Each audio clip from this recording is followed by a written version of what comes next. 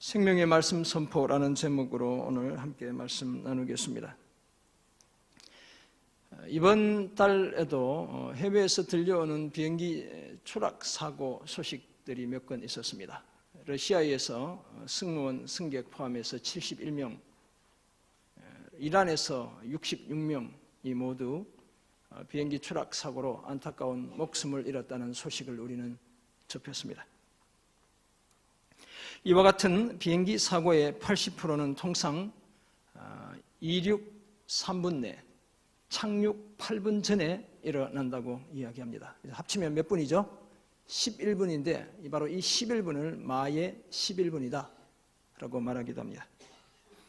따라서 비행기가 뜨고 내릴 때 신발을 벗고 잠을 청하거나 마스크팩을 얼굴에 올려두거나 승무원의 안내 방송을 듣지 않고 음악을 들으며 딴청을 부리는 행동은 위험한 상황이 발발했을 때 대처할 능력을 현저하게 떨어뜨리기 때문에 늘 삼가야 합니다. 이제 봄 지나고 여름 되면 많이 해외로 다니실 텐데 비행기가 막 뜰 때 내리기 직전에 늘 깨어 있을 필요가 있다는 것이죠. 그런데 비행기 탑승 시 다양한 위기 대처 요령 중에 일반적인 상식에 맞지 않는 것처럼 보이는 요령 두어 가지가 있습니다. 그 중에 하나는 만약 비행기가 사고가 일어났다면 사고 난 비행기 안에서 자기 일행을 찾지 않아야 한다는 것입니다. 철수 어디 있니? 영희 어디 있니? 이렇게 찾지 않아야 한다는 것입니다. 우리 저기 영희가 앉아 있는데 이름을 부르며 일행을 찾다가 탈출이 지연되면 나 자신은 물론이고 다른 승객에게도 더 큰 피해를 입힐 수 있기 때문에 그렇습니다. 비행기는 기름 덩어리잖아요. 언제 폭발할지 모르기 때문에 빨리 비켜줘야 나뿐만 아니라 다른 사람도 목숨을 건지게 되는 것이죠. 따라서 같이 동행했던 일행은 비행기로부터 탈출해서 위험지대로부터 벗어나 안전한 지대에 이르렀을 때 그때 찾아야 한다는 것입니다. 또 다른 한 가지는 우리가 잘 알고 있는 내용입니다. 산소 마스크는 아이와 어른이 함께 동승하고 있을 때 아이에게 먼저 채워주는 것이 아니라 어른이 내가 먼저 차야 한다는 것입니다. 비행기를 타고 가다가 사고로 인해 비행기 내의 기압이 급격하게 떨어지면 선반 위에서 산소 마스크가 자동으로 떨어지게 되어 있습니다. 그때 만일 어린 자녀들과 같이 있다면 부모들이 먼저 자기 산소 마스크를 써야 한다고 늘 안내 방송을 하죠. 우리는 아이들부터 보호해야 한다고 생각하지만 아이들에게 더 위급한 상황이 생기면 어른들이 챙겨주어야 하는데 어른들이 먼저 산소 부족으로 의식을 잃게 되면 그 아이를 전혀 도와줄 수 없기 때문에 그렇습니다. 어떻게 보면 나부터 먼저 살려는 것 같아 비정해 보이긴 하지만 그것이 나도 살고 다른 사람도 살릴 수 있는 지혜로운 대처 방법인 것입니다. 그런데 우리의 신앙생활 중에도 다른 사람보다 내가 먼저 취해야 하는 그 무엇이 있습니다. 남에게 결코 양보하지 않아야 하는 그 무엇이 있습니다. 그래야 나도 살고 다른 사람도 살릴 수 있는 그 무엇이 있습니다. 내가 먼저 취하지 않으면 절대로 인생이라는 비행기를 타고 가는 다른 사람을 살려낼 수 없는 그 무엇이 있습니다. 그것이 바로 생명을 살리는 하나님의 말씀입니다. 양보가 미덕인 다른 많은 것들과는 달리 하나님의 말씀은 다른 그 누구에게 양보하기 전에 내가 먼저 취해야 합니다. 나와 내가 속한 공동체가 먼저 말씀으로 살아나야 공동체 밖에 다른 사람들도 살려낼 수 있기 때문에 그렇습니다. 그래서 우리는 생명의 말씀 선포 또는 생명을 살리는 말씀 선포를 우리 교회의 두 번째 사명으로 정해두었습니다. 우리는 오늘 본문 요한복음 6장 63절, 또 디모데후서 4장, 또 디모데후서 3장 등을 통해 우리가 왜 생명의 말씀 선포를 우리 공동체의 사명으로 삼아야 하는지 그 몇 가지 이유를 생각해 볼 수 있습니다. 먼저 말씀 선포가 하나님의 명령이기 때문에 그렇습니다. 둘째, 말씀이 우리 삶에 생명력이 넘쳐나게 하기 때문에 그렇습니다. 끝으로 말씀이 우리를 선한 일을 행할 능력을 갖추게 하기 때문에 그렇습니다. 흔히 우리 기독교를 말씀의 종교라고 부르고 있습니다. 제가 여러 번 말씀드렸지만 우리 기독교의 가장 큰 특징 중에 하나가 말씀이라는 것이죠. 중세의 수도사 클레르보의 성 버나드는 이렇게 말했습니다. 기독교는 글로 된 무언의 말이 아닌 사람이 되어 살아계신 말씀의 종교다. 우리 기독교를 정의하기를 기독교는 글로 된 무언의 말이 아닌 사람이 되어 살아계신 말씀의 종교다라고 말했습니다. 생명력 있는 말씀의 종교, 생명을 살리는 말씀의 종교가 바로 우리 기독교다라고 정의했습니다. 그러므로 세상의 다른 종교와 비교해서 기독교를 특징짓는 가장 중요한 요소가 바로 생명을 주는 말씀인 것입니다. 그래서 우리 교회도 비전과 핵심 가치와 사명에 반복적으로 이 말씀의 중요성을 강조하고 있습니다. 여기 하나님의 말씀은 하나님이 선언한 말씀과 하나님이 사람들에게 들려주신 하나님의 연설과 선지자와 같은 인간의 입술을 통해 선포된 그 말씀과 사람들을 통해 기록된 성경 등을 하나님의 말씀이다라고 말할 수 있습니다. 그리고 말씀은 또한 육체가 되신 말씀인 예수 그리스도를 지칭하기도 합니다. 이 말씀은 우리 존재의 근거이고 우리 삶의 기준이며 우리의 영의 양식이고 우리의 영적 무기라고 말씀드렸습니다. 그런데 왜 말씀은 저와 여러분 모두에게 이토록 중요한 것이겠습니까?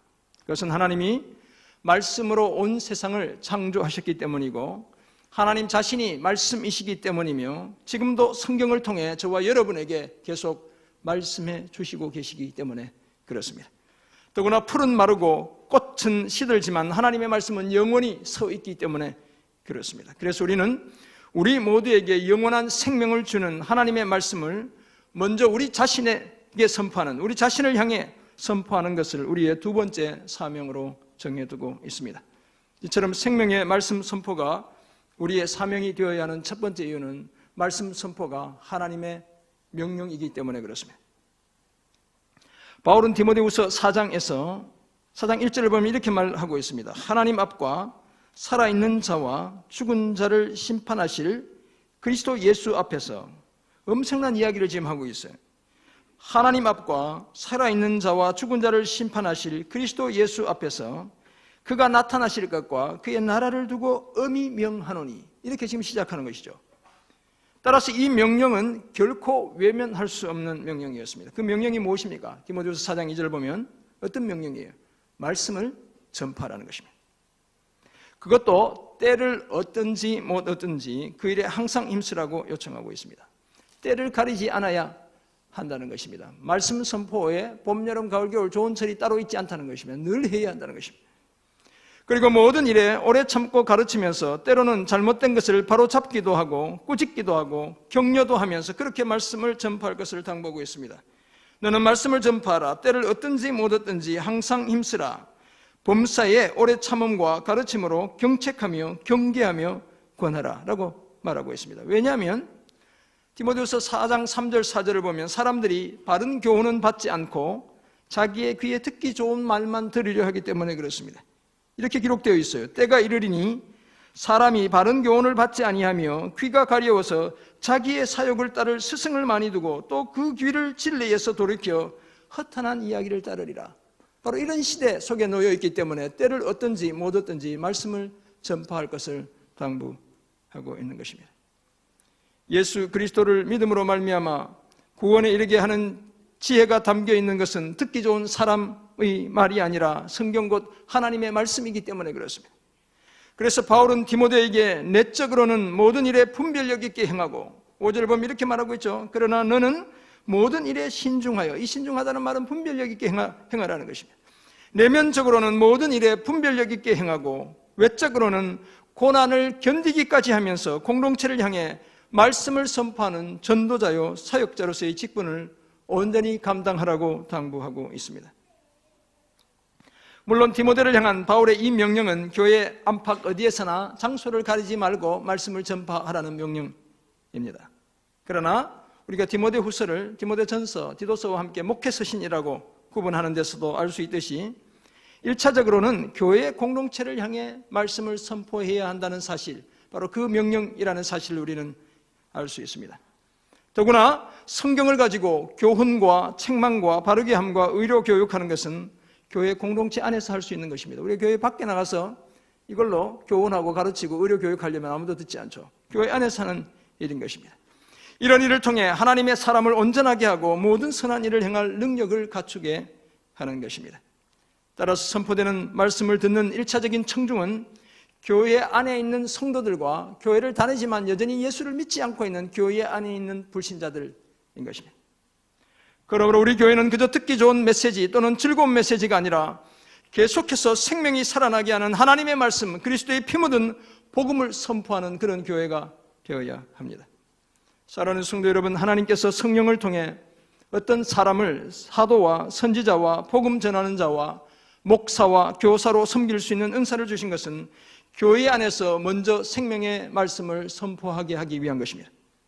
그래서 개혁교회 또는 개신교회라고 부르는 우리가 속해 있는 이런 교회들은 오래전부터 올바른 말씀의 선포를, 올바른 성례의 집행, 정당한 권징의 실행 등과 더불어 교회의 3대 표지, 교회를 교회답게 하는 3가지 요소가 있는데, 그것이 뭐냐면 첫째가 올바른 말씀의 선포라는 거예요.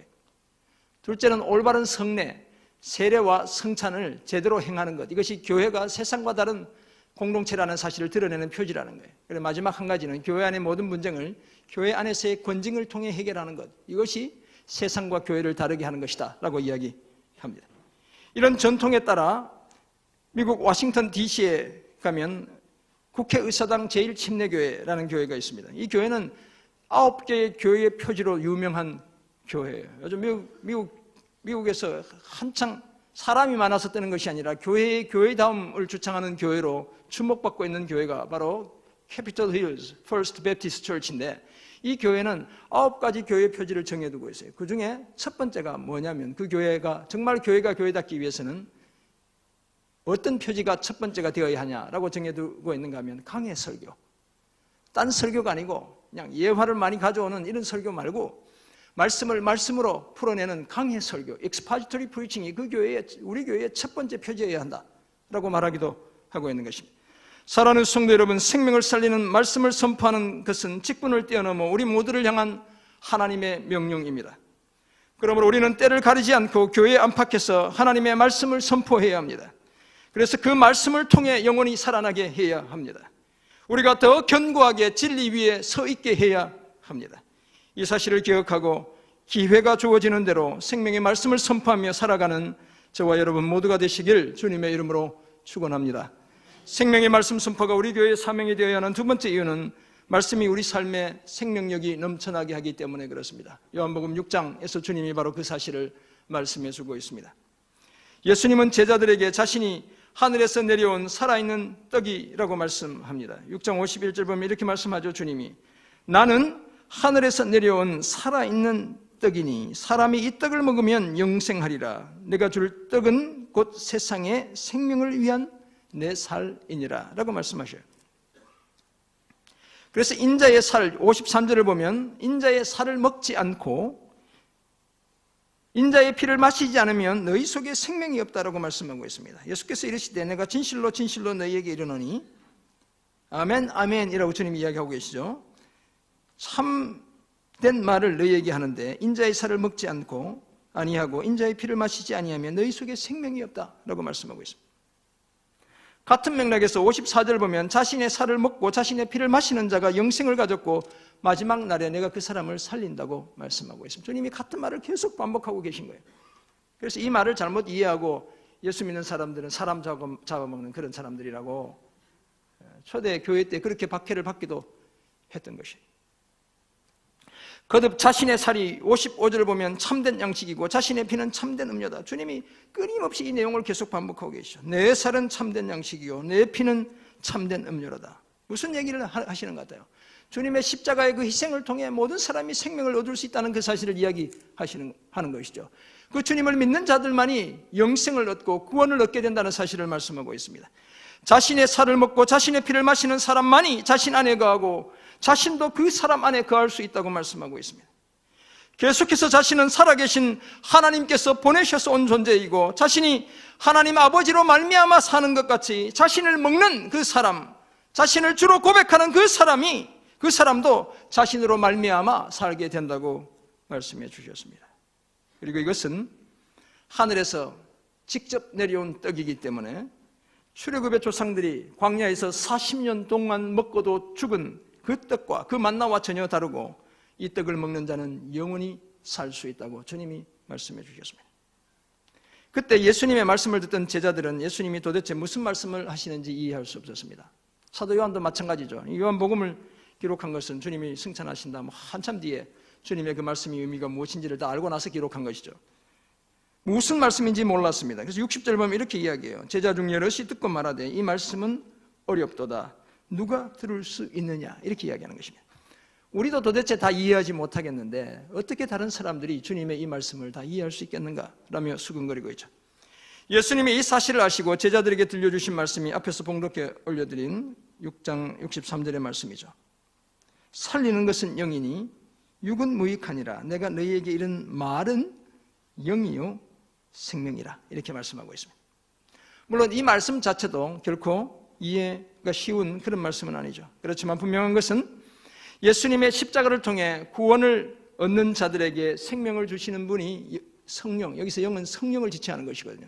성령이라는 사실을 우리가 알 수 있습니다. 그리고 이 성령은 또 다른 말로 대체될 수 있는데 그것이 바로 말씀인 것입니다. 그렇다면 하나님 아버지께서 한량없이 주신 성령으로 충만한 예수님 자신의 말, 그리고 말씀이 육체가 되신 예수님 자신이 영도 주고 생명을 주는 존재라는 것입니다. 다시 말해서 자신이 하신 그 말씀 속에 영적 생명력이 넘쳐나게 된다는 것입니다. 예수님 외에 구원 얻을 다른 길이 없다고 주님이 이야기하신 것입니다.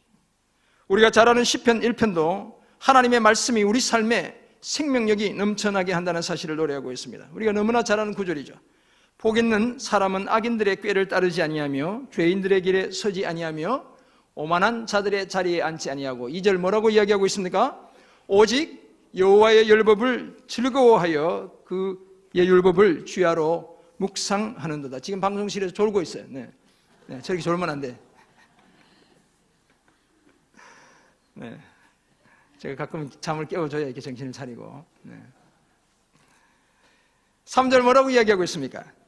그는 시냇가에 심은 나무가 철을 따라 열매를 맺으며 그 잎사귀가 마르지 아니함 같으니 그가 하는 모든 일이 다 형통하리로다. 우리 자녀들이 사실 토요일 늦게까지 이런저런 일을 하고 주일날 주일 학교 섬기고 이제 저기 방송실에서 하다 보면 뭐 이렇게 좀 집중이 안 될 수가 있겠죠. 그래서 제가 자꾸 혼내서 집중하라고 얘기하는 거예요. 시인은 여호와의 율법 곧 하나님의 말씀을 즐거워하며 그것을 주야로 묵상하는 복 있는 사람은 마치 시냇가에 심은 나무와 같다는 것입니다. 그 나무는 어떤 나무예요?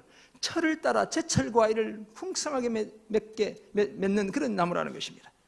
그런데 또 뭐라고 얘기하고 있습니까? 그렇게 나무가 열매를 맺어도 그 잎이 늘 푸르다는 거예요. 사실 보통 과일 나무는 뭐 제가 고향이 청송이고 사과로 유명하다고 늘 말씀드리는데 이번에 갔더니 사과나무 이파리가 하나도 없죠. 과일을 맺고 나면 이파리를 다 떨어뜨리고 겨울날 준비를 하는 것입니다. 보통 그렇게 보통 나무들은 다 유실수는 다 그렇게 겨울을 맞이하는 것이죠. 그런데 여호와의 율법 곧 말씀을 즐거워하며 그것을 주야로 묵상하는 사람은 열매를 맺고도 그 잎이 떨어지지 않고 그 잎의 푸르름을 자랑한다는 거예요.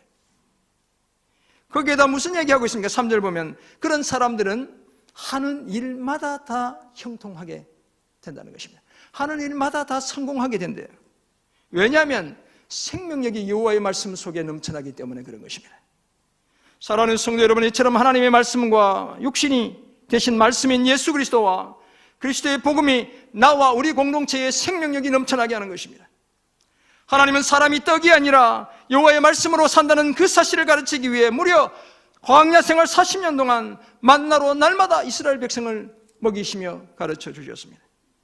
뿐만 아니라 그 생활을 마무리하는 즈음에 쓴 성경책, 모세가 연설한 내용을 기록한 성경책이 바로 신명기죠.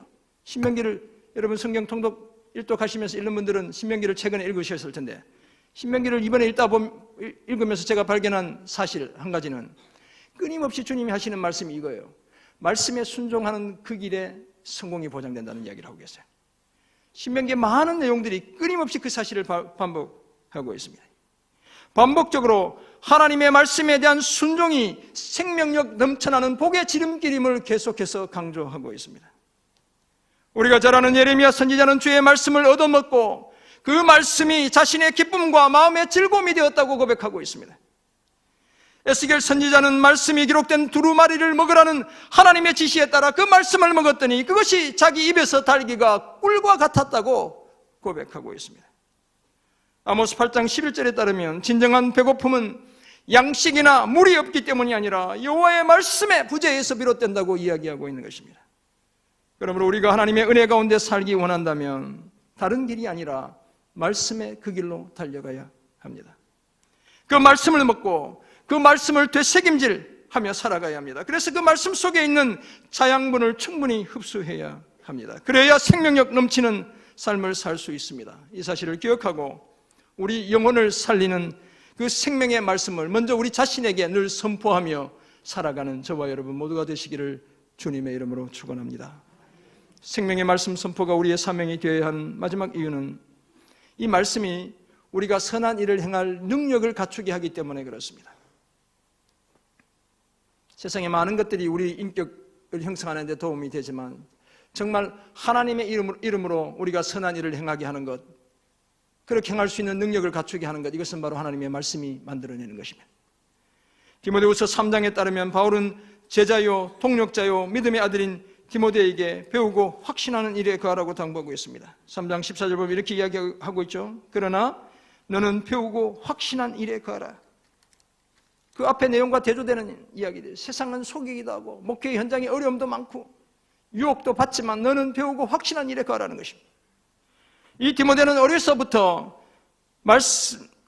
외할머니 로이스와 어머니 유니게로부터 성경을 배웠던 바로 그런 인물이죠. 더군다나 이 성경 곧 하나님의 말씀은 믿음으로 말미암아 구원에 있는 지혜를 알게 한다고 15절이 말씀하고 있습니다. 디모데에 대한 이야기를 그렇게 하고 있습니다. 또 어려서부터 성경을 알았나니 성경은 능히 너로 하여금 그리스도 예수 안에 있는 믿음으로 말미암아 구원에 이르는 지혜가 있게 하느니라, 이렇게 말씀하고 있습니다. 그리고 3장 16절에 따르면 하나님의 감동으로 된 모든 성경은 교훈과 책망과 바르게 함과 의로 교육하기에 유익하다고 말씀합니다. 왜냐하면 하나님의 말씀이 사람을 온전하게 하기 때문에 그렇습니다. 여기서 온전하게 한다는 것은 완벽하게 하다는 말이 아닙니다. 자격을 갖추게 하다는 것입니다. 하나님께서 원하시는 일을 할 수 있는 적합한 능력을 갖추게 하는 것, 이것이 바로 말씀이 해내는 것이라고 이야기하고 있습니다. 그런데 이것이 전부가 아니죠. 3장 17절 뒤에 보면 이렇게 이야기하고 있습니다. 이는 하나님의 사람으로 온전하게 하며, 그 다음에 뭐라고 이야기합니까? 모든 선한 일을 행할 능력을 갖추게 하려 함이라고 말씀하고 있습니다. 하나님의 말씀이 우리가 선을 행할 그 능력을 구비하게 해준다고 말씀하고 있는 것입니다. 이런 이해 속에서 사도 바울은 앞에서 봉독해드린 오늘 본문 디모데후서 4장 2절을 선포하고 있습니다. 디모데에게 때를 얻든지 못 얻든지 항상 뭘 전파하라고요? 말씀을 전파하라고 당부했던 것입니다. 세상에 있는 불신자들이 우리 믿는 자들, 그리스도인들을 경멸하는 대표적인 세 가지 요인이 있다고 합니다. 첫째는 우리가 너무 판단하는 사람들이라는 거예요. 너무 쉽게 정죄하고 너무 쉽게 판단하는 그런 사람들이라고 우리를 비난한다고 이야기합니다. 왜냐하면 우리 많은 그리스도인들이 스스로 모든 일에 심판자가 되려는 경향을 보이기 때문에 그렇습니다. 둘째는 우리를 비난하는 두 번째 요인은 우리가 다 위선적이라는 거예요. 겉다르고 속다른 사람이 예수쟁이라는 것입니다. 말과 행동이 다른 사람이 바로 예수 믿는 사람들이다 라고 이렇게 비난한다는 것입니다. 셋째는 이런 거예요. 믿지 않는 사람과의 좋은 관계를 너무 무시한다는 거예요. 그냥 우리끼리만 좋으면 되지, 믿지 않는 사람들 뭐 그런 세상의 관계 별거 없어, 이렇게 이야기한다는 거예요. 세상 사람들이 보기에는 우리를 아주 편협한 그런 사람들로 보게 되는 것이죠. 그래서 마하트마 간디, 우리가 잘 아는 인도의 건국의 아버지라고 불릴 수 있는 비폭력 저항 운동을 주도했던 이 마하트마 간디가 이런 유명한 말을 했다고 합니다. 나는 예수는 좋아하지만 예수쟁이들은 좋아하지 않는다. 나는 예수는 좋아하지만 예수 믿는 사람들은 좋아하지 않는다. 왜냐하면 소위 예수쟁이라고 말하는 사람이 너무나 예수를 닮지 않았기 때문이다. 예수 믿는다고 말하는 그 사람들이 너무나 예수님을 닮지 않았기 때문에 나는 예수님은 좋아해도 예수 믿는 사람은 좋아하지 않는다라고 말했다는 것입니다. 사실 우리 주변에 이런 말을 하는 사람이 부지기수로 널려 있습니다. 교회를 냉소적으로 바라보며 심지어 독단적이고 편협한 교회가 어서 무너져 내리기를 바라는 그런 사람들이 있죠. 그래서 공산주의자들은 우리 교회를 바라보며, 종교를 바라보며, 기독교를 바라보며 뭐라고 얘기했습니까? 종교가 뭐라고요? 아편이라고 이야기한 것입니다. 사람의 영혼을 갉아먹는 아편이라고까지 세상은 그렇게 이야기하는 것입니다. 이런 시대에 우리를 온전하게 하고 모든 선한 일을 행할 능력을 갖추게 하는 것, 그것이 바로 하나님의 말씀입니다. 그것도 우리 모두에게 생명을 주는 그 능력의 말씀인 것입니다. 그럼에도 불구하고 오늘날 많은 교회의 문제점은 말씀을 제대로 선포하는 일을 제쳐두고 성도들이 듣기 좋아하는 긍정의 메시지를 지나치게 남발하고 있다는 사실에 있습니다. 번영 신학의 바탕을 준 오순절 교단이 한때 폭발적인 성장을 구가했던 그 이면에도 이런 요소들이 깊이 자리 잡고 있습니다. 이제 긍정의 신학에 엄청난 영향을 받은 우리는 우리의 모든 날이 그저 금요일 오후만 같기를 바라며 그렇게 살아가는 것입니다. 왜냐하면 금요일 오후가 지나도 여전히 뭐가 남아있어요? 쉴 수 있는 토요일과 일요일이 남아있기 때문이죠. 그래서 제가 지난번 말씀드렸지만 조엘 오스틴이라는 분은 행복은 우리의 권리이기 때문에 매일 금요일만 같았으면 좋겠다 라고 말했습니다. 그래서 진짜 책을 매일 금요일만 같아라라는 책을 쓰게 되었던 것이죠. 그러나 이런 이해는 십자가를 지신 주님이 감당하신 그 고난의 금요일, 주님의 금요일은 고난과 수치 그 자체였습니다. 주님의 토요일, 무덤 속에 갇혀 아무 말도 하지 못한 채 지내야 하는 그 침묵의 시간들이었습니다. 그저 매일 금요일만 같아라는 이 말은 주님의 그 고난과 수치의 금요일과 침묵의 토요일을 간구하고 있는 것입니다. 십자가 없는 잘못된 영광을 추구하고 있는 것입니다. 물론 우리는 예배 가운데로 나와 나 자신이 아니라 하나님을 긍정하는 그 법을 배워야 합니다. 당연히 모든 것에 예가 되시는 그 하나님의 능력을 구해야 하는 것입니다. 그러나 그러는 중에도 우리가 잊지 말아야 할 것이 한 가지 있습니다. 그것이 바로 선포되는 말씀이 나를 빚어가게 하는 것입니다. 그저 나의 기대만 응답받는 것이 아니라 주님이 나를 만들어 가시도록 그 말씀에 나를 내어놓는 그 일을 우리는 잊지 않아야 합니다. 히브리서 저자는 그 사실을 너무나 잘 알고 있었습니다. 그래서 4장 12절, 우리가 잘 아는 이 구절의 말씀을 선포하는 것이죠. 하나님의 말씀은 살아있고 활력이 있어 좌우의 날선 어떤 것보다 더 예리하여 홍과 영과 관절과 골수를 찔러 쪼개기까지 하며 또 마음의 생각과 뜻을 판단한다고 말하는 것입니다. 심지어 4장 13절은 하나님의 시선을 벗어날 수 있는 피조물이 하나도 없고 결산의 그날, 곧 최후 심판의 날에 만물이 벌거벗은 것 같이 드러나게 된다고 선언하고 있습니다. 사랑하는 성도 여러분, 생명을 살리는 하나님의 말씀에 이런 능력에 우리 자신을 맡겨야 하는 것입니다. 그래야 우리는 좀 더 성숙하게 되고 좀 더 모든 선한 일을 행할 능력을 갖출 수 있게 되는 것입니다. 생명을 주는 하나님의 말씀에 나를 맡겨 모든 선한 일을 행할 능력을 온전히 구비하고 그래서 마침내 복음으로 세상을 변혁하는 제자들의 공동체로 함께 우리 교회를 세워가는 저와 여러분 모두가 되시기를 주님의 이름으로 축원합니다. 그렇다면 이상과 같은 사명을 깨달은 우리는 과연 어떤 삶을 힘써야 하는 것이겠습니까? 두 가지를 말씀드립니다. 먼저 나 자신에게 복음을 선포해야 합니다. 우리는 끊임없이 남에게 복음을 선포해야 한다고만 생각하는데 일단 먼저 나 자신에게 먼저 복음을 선포해야 합니다. 나보다 나약한 사람을 효과적으로 돕기 위해서는 내가 먼저 비행기에 산소 마스크를 써야 하는 것처럼 하나님의 말씀은, 그리스도의 복음은 내가 먼저 들어야 하는 것입니다. 우리 전도폭발 훈련받고 계신 분들 아시겠지만 교회 안에 얼마나 많은 사람들이 복음을 제대로 듣지 않고 있는지 몰라요. 예수 믿고 구원받아 천국 가는 것이 아니라 내가 착한 일 하고 선한 일을 해야 천국 간다고 생각하는 분들이 여전히 부족이 있어요. 예수 믿으면 그저 만사형통이라고만 생각하지 고난의 그 깊은 언덕, 높은 언덕을 넘어가야 한다고 생각하지 않는 분들이 너무너무 많아요. 바로 그런 우리의 지체들을 향해 우리는 여전히 복음을 선포해야 하는 것이죠. 내가 먼저 그 말씀을 통해 살아나야 다른 사람을 살려낼 수 있습니다. 우리 모두는 그리스도 예수 안에 있는 생명의 성령의 법을 통해 죄와 사망의 법에서 해방된 자들입니다. 그러므로 더 이상 죄와 사망의 노예로 살지 않아야 합니다. 자유와 해방의 기쁨을 지속적으로 만끽하기 위해 우리는 지금도 먼저 나 자신을 향해 생명력 넘쳐나는 그 하나님의 말씀을, 그 은혜의 복음을 선포해야 합니다. 그래서 내가 먼저 그 말씀을 들어야 합니다.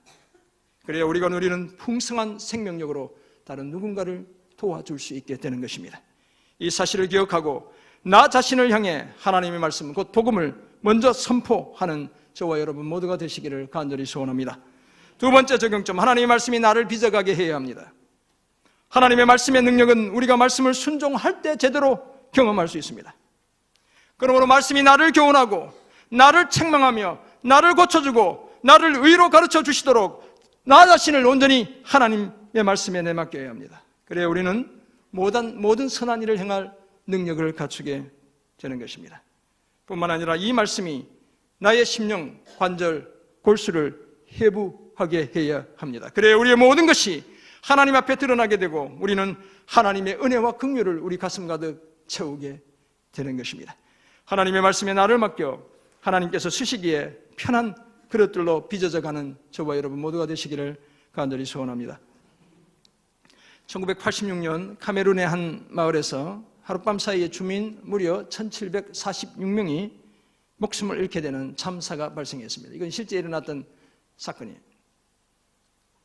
그 짧은 시간 동안 이들을 죽게 만든 원인이 단순 질식으로 판명되자 세계 각국에서 조사단을 파견해 정밀 조사에 나서게 되었습니다. 조사가 진행되는 동안 일부는 카메룬 반군의 테러 가능성을 주장하기도 했습니다. 평소 내전이 끊이지 않던 지역에 반군이 독가스를 살포했을 가능성이 있다는 주장이었지만 여러 가지 정황상 그러지는 않았습니다. 이후 조사단 소속 과학자 한 명이 미제 사건 파일을 하나 발견하게 되었습니다. 그러니까 이전에 일어났던 사건인데 해결하지 못한 사건 파일을 하나 발견하게 된 것이죠. 그것은 이 사건이 일어나기 전 2년 전인 1984년 카메룬 북서부 마을에서 37명의 주민과 그들이 키우던 모든 가축들이 한꺼번에 몰살당하는 바로 그 사건이었습니다. 이 두 번째 사건과 유사성이 아주 컸습니다. 두 사건 모두 시신에 외상이 전혀 발견되지 않았습니다. 사망 원인은 똑같이 산소 부족에 의한 질식사였습니다. 또 이들 사고가 비가 가장 많이 내리는 8월에 카메룬산 근처에 위치한 큰 호수를 중심으로 벌어졌다는 공통점이 있었습니다. 이런 공통점을 발견한 과학자들은 마을 사람들과 생존자들을 대상으로 탐문조사를 펼치고 호수 주변을 집중적으로 조사한 결과 주민들이 사망한 것이 호수에서 뿜어져 나온 이산화탄소 때문이라는 사실을 밝혀냈습니다. 과학자들은 호수 주변 퇴적물들을 분석해 천년에 한 번 주기로 림닉 이롭션이라는 림닉 분출 현상이 일어난다는 사실을 알게 되었습니다. 이 림닉 분출 현상은 호수 깊은 곳에 갇혀있던 이산화탄소가 집안이 틀어지는 순간 갑자기 분출되는 바로 그 현상을 가리키는 것입니다. 물을 뚫고 나와 공기 중에 들어오게 되었고 사람들이 산소 부족으로 질식해서 죽게 되었던 것이죠. 집단 사망 사건이 발생한 모논이라는 호수와 니오스라는 호수는 휴화산의 분화구였습니다. 마그마로 인한 가스가 호수 바닥에 압력이 꽉 찬 상태로 있다가 바닥이 균열되자 폭발해 버렸던 것입니다. 이후 이산화탄소가 마을로 퍼져나가 사람들을 질식해 죽게 했고 생존자들의 몸에는 수포와 같은 화상까지 남기게 되었던 것입니다. 과학자들은 림닉 분출로 인한 참사가 언제든지 재발할 수 있다는 사실을 알고 이를 막기 위해 호수에 파이프를 설치해 가스를 빼내고 있지만 완벽하게 제거하기는 어렵다고 이야기합니다. 이에 따라 여전히 산소 부족의 위험이 도사리고 있는 그 호수를 사람들은 죽음의 호수라고 부르고 있습니다. 사랑하는 성도 여러분, 혹시 오늘 우리는 산소가 부족한 죽음의 호수 주변을 거닐고 있진 않습니까? 우리가 머무는 그 자리가 산소가 부족한 죽음의 호수 주변은 아닙니까? 내가 먼저 그렇다면 산소 마스크를 써야 할 사람인데 혹시 다른 사람에게 먼저 씌워주려고 애쓰고 있지는 않습니까? 온갖 해로운 것이 솟구쳐 나오는 영적 죽음의 호숫가에 살면서도 마음껏 저와 여러분이 호흡할 수 있게 하는 그 무엇이 있다면 그것이 바로 생명을 살리는 산소 같은 하나님의 말씀인 것입니다. 그러므로 생명을 살리는 하나님의 말씀, 곧 그리스도의 피 묻은 복음을 항상 우리 자신에게 먼저 선포해야 합니다. 그래서 그 말씀이 나를 교훈하고 나를 책망하게 하고 나를 바르게 하고 나를 의로 교육하게 해야 합니다. 뿐만 아니라 나 자신을 완벽하게 해부하게 해야 합니다. 그래서 말씀으로 내가 새롭게 되는 그 은혜를 경험해야 합니다. 그래야 우리 교회는 복음으로 세상을 변혁하는 제자들의 공동체로 일어설 수 있습니다. 나아가 세상을 향해서도 담대하게 생명의 말씀을 선포할 수 있습니다. 생명의 말씀 선포라는 우리 공동체의 사명을 완수해 하나님의 말씀을 통해 내가 살고 교회가 살고 나아가 세상까지 살리는 저와 여러분 모두가 되시기를 주님의 이름으로 축원합니다. 아멘. 기도하겠습니다. 하나님 아버지, 오늘 우리에게 주신 귀한 말씀을 기억합니다. 생명을 살리는 말씀을 선포하는 이 일, 우리가 끝까지 붙들게 도와주시고 먼저 우리 자신을 향해 은혜의 그 복음, 생명의 그 말씀을 선포하는 그 삶을 연습하는 저희들 다 되게 도와주옵소서. 그것이 하나님의 명령임을 잊지 않게 도와주시고 생명의 말씀이 우리 삶에 생명력이 넘쳐나게 한다는 그 사실을 잊지 않게 도와주옵소서. 주님께서 기뻐하시는 모든 선한 일을 행하도록 우리 자신을 온전히 갖추게 하는 것, 그것이 하나님의 말씀임을 잊지 않게 도와주시고 언제나 말씀의 길로 달려가 주님 철을 따라 열매 맺고 그 잎이 부르지 않게 도와주시고 하는 모든 일이 형통케 되는 은혜와 축복 주여 허락해 주옵소서. 감사드리며 살아계신 예수 그리스도의 이름으로 기도드립니다. 아멘.